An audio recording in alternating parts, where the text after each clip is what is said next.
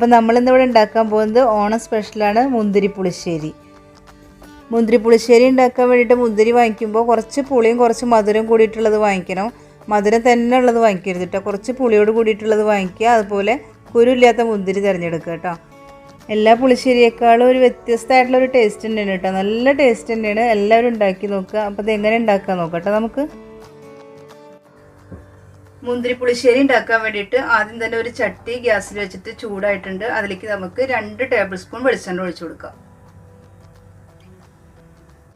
ഇപ്പം നമ്മുടെ ചട്ടി ചൂടായിട്ടുണ്ട് കേട്ടോ.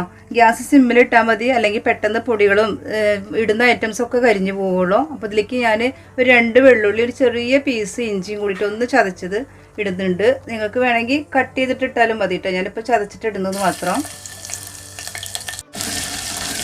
അതിൻ്റെ പച്ചമണം മാറണ വരെ നമുക്കൊന്ന് ഇളക്കി കൊടുക്കാം കേട്ടോ. ഗ്യാസ് ശ്രദ്ധിക്കണം, സിമ്മിലിട്ടാൽ മതി. ഇനി ഇതിലേക്ക് 2 തണ്ട് വേപ്പിലയും ഒരു ചെറിയ സവോളയുടെ പകുതി എടുത്തിട്ട് കട്ട് ചെയ്തതാണ് കേട്ടോ. നിങ്ങളുടെ കയ്യിൽ ചെറുള്ളി ഉണ്ടെങ്കിൽ അതിട്ട് കൊടുത്താൽ മതി. ചെറുള്ളി ആകുമ്പോൾ സവോളയെക്കാളും ടേസ്റ്റ് കുറച്ച് കൂടി നിൽക്കും കേട്ടോ. പിന്നെ കുറച്ച് പച്ചമുളകും കൂടെ ഇട്ട് കൊടുക്കുന്നുണ്ട്. സവോളയൊക്കെ ഇട്ടതിന് ശേഷം ഗ്യാസ് ഒന്ന് മീഡിയം ലെവലിൽ വെച്ചിട്ടുണ്ട് കേട്ടോ. ഇനി നമുക്ക് പൊടികൾ ഇട്ട് കൊടുക്കാം. അതിന് മുന്നേ ഗ്യാസ് സിമ്മിലാക്കുക. 1/4 ടീസ്പൂൺ മഞ്ഞൾപ്പൊടി ഇട്ട് കൊടുക്കുക. 1 ടീസ്പൂൺ മുളക് പൊടി. ഗ്യാസ് നല്ലോണം സിമ്മിലാണ് കിടക്കുന്നത്. ഇതിലേക്ക് ഞാൻ 1 കപ്പ് മുന്തിരി എടുത്തിട്ട് സെൻറ്റർ കട്ട് ചെയ്തത് ഇതിലേക്ക് ഇട്ട് കൊടുക്കുക. കുരുമില്ലാത്ത മുന്തിരിയാണ് കേട്ടോ, പച്ചമുന്തിരി. മുന്തിരി ഇട്ടതിന് ശേഷം പതുക്കെ ശ്രദ്ധിച്ചിട്ട് വേണം ഇളക്കി കൊടുക്കാം. മുന്തിരി ഒന്നും ഉടയരുത്. മുന്തിരിക്ക് വേവൊന്നും വേണ്ട, ഒരു 2 മിനിറ്റ് ഒന്ന് ഇളക്കി കൊടുക്കാമെന്ന് മാത്രം, മസാല ഒന്ന് ഇതിൽ പിടിക്കാൻ വേണ്ടിയിട്ട് കേട്ടോ. മുന്തിരി ഇട്ടതിന് ശേഷം ആവശ്യത്തിന് ഉപ്പിട്ട് കൊടുക്കുക കേട്ടോ. ഇപ്പോൾ നമ്മുടെ മുന്തിരി 2 മിനിറ്റ് നന്നായിട്ട് വഴറ്റിയിട്ടുണ്ട്. അതിലേക്ക് മസാല ഒക്കെ പിടിച്ചിട്ടുണ്ട്. അതിന് ശേഷം നമുക്ക് 1 കപ്പ് തൈര് എടുത്തിട്ട് മിക്സിയിലൊന്ന് അടിച്ചു കൊടുത്തതാണ്. നന്നായിട്ട് അടിച്ചിട്ടുണ്ട് കേട്ടോ, വെള്ളമൊന്നും ചേർത്തിട്ടില്ല. അപ്പോൾ തന്നെ ഒരു വെള്ളം പോലെ ആയിട്ടുണ്ട്. ഒരു 2 മിനിറ്റ് ഒന്ന് അടിച്ചപ്പോൾ കേട്ടോ.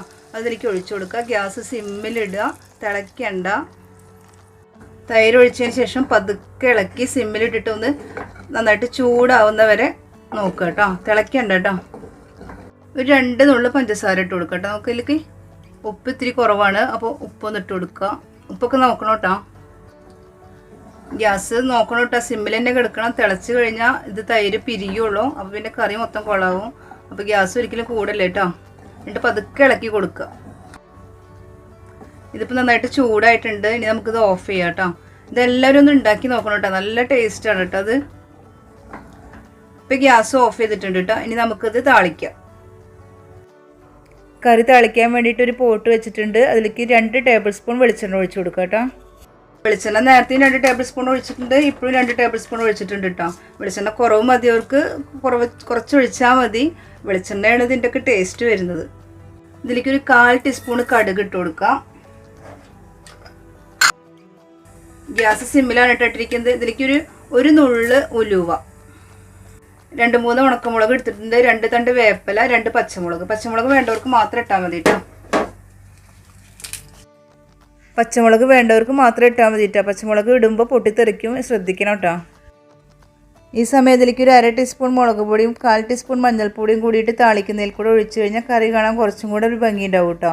ഞാനത് ഇടാൻ വിട്ടുപോയി. ഇത് നമുക്കിത് കറിയിലേക്ക് ഒഴിച്ചു കൊടുക്കാം കേട്ടോ. കറിയിൽ ഒഴിച്ചു കൊടുത്തോടനെ ഇപ്പം തന്നെ ഇളക്കണ്ട, അത് അപ്പം തന്നെ ഒന്ന് അടച്ചു വെക്കുക, എന്നാലാണ് ആ സ്മെല്ലൊക്കെ അതിൽ തന്നെ നിൽക്കുള്ളൂ കേട്ടോ. അപ്പോൾ നമ്മുടെ വീഡിയോ എല്ലാവർക്കും ഇഷ്ടമായെന്ന് വിചാരിക്കുന്നത്. എല്ലാവരും ഇത്തവണത്തെ ഓണത്തിന് മുന്തിരി പുളിശ്ശേരി ഉണ്ടാക്കി നോക്കുക, അഭിപ്രായങ്ങളൊക്കെ അറിയിക്കുക. എന്തായാലും നിങ്ങൾക്ക് ഇഷ്ടപ്പെടും എന്നുള്ള കാര്യം ഷുവറാണ്. അത്രയ്ക്ക് ടേസ്റ്റാണ് കേട്ടോ. മുന്തിരി വാങ്ങിക്കുമ്പോൾ ഒന്ന് ശ്രദ്ധിച്ചാൽ മതി. കുറച്ച് പുളിയോട് കൂടിയിട്ടുള്ള മുന്തിരി എടുക്കുക. അതുപോലെ തൈരും കുറച്ച് പുളി ഉണ്ടായിക്കോട്ടെ കേട്ടോ. അപ്പോൾ ഇതിന് മുന്നത്തെ വീഡിയോസ് കാണാത്തവരെല്ലാവരും പോയി കാണുക. ഇഷ്ടപ്പെടുന്നുണ്ടെങ്കിൽ ലൈക്ക് ചെയ്യുക, ഷെയർ ചെയ്യുക, കമൻറ്റ് ചെയ്യുക, സബ്സ്ക്രൈബ് ചെയ്യുക. അപ്പോൾ വേറൊരു റെസിപ്പിയായിട്ട് അടുത്ത എപ്പിസോഡിൽ വരാം.